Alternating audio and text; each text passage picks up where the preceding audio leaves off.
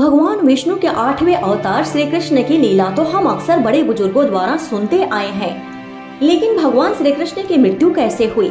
मृत्यु का कारण क्या था? क्या श्री कृष्ण ने मृत्यु के बाद अपना शरीर त्याग दिया और उनकी मृत्यु के बाद क्या हुआ?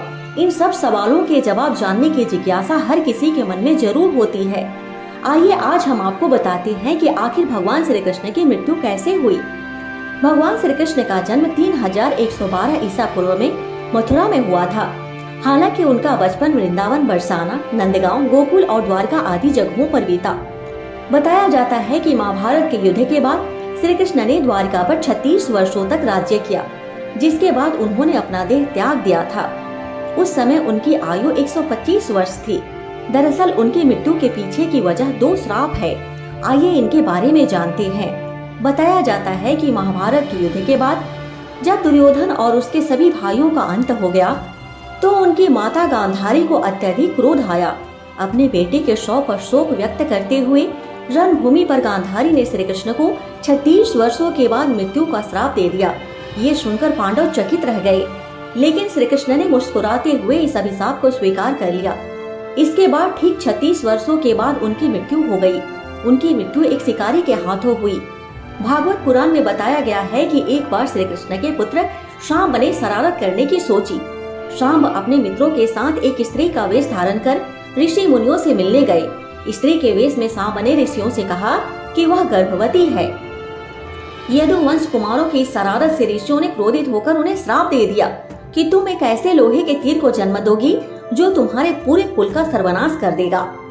इस श्राप को सुनकर शांब डर गए और उन्होंने तुरंत सारी घटना उग्रसेन को बताई। श्राप से छुटकारा पाने के लिए उग्रसेन ने शांब से कहा कि तीर का चूर्ण बनाकर प्रभास नदी में प्रवाहित कर दो, जिसके बाद शांब ने वही किया। इसके बाद उग्रसेन ने राज्य में ये आदेश पारित कर दिया कि यादव राज्य में कोई भी किसी प्रकार की नशीली सामग्री का इस्तेमाल, उत्पादन या वितरण नहीं करेगा। इस घटना के बाद द्वारका में कई अशुभ संकेत देखने को मिले, जिसमें सुदर्शन चक्र, बलराम के हल और श्री कृष्ण के संग रथ का अदृश्य हो जाना शामिल था। धीरे धीरे यहाँ अपराधों और पापों में भी बढ़ोतरी होने लगी और एक दिन सभी नगरवासी मदिरा के नशे में चूर हो गए और आपस में ही लड़ने मरने लगे। इस तरह सभी आपस में लड़कर मारे गए। भागवत पुराण में बताया गया है कि एक दिन श्री कृष्ण पीपल के पेड़ के नीचे विश्राम कर रहे थे। तब जरा नाम के एक बहेलिये ने भगवान श्री कृष्ण को हिरण समझकर उन पर तीर से प्रहार कर दिया, जिसके बाद श्री कृष्ण ने अपने देह त्याग दिया और उनकी मृत्यु हो गई। दरअसल इस तीर में उसी लोहे के तीर का अंश था जिसे शांब ने उग्रसेन के कहने पर चूर्ण बनाकर नदी में प्रवाहित कर दिया था। इस प्रकार ऋषि के श्राप के अनुसार ही समस्त यदुवंशियों का नाश हो गया। गांधारी के श्राप के अनुसार श्री कृष्ण की मृत्यु हो गई। प्रेम से बोलिए भगवान श्री कृष्ण की जय हो।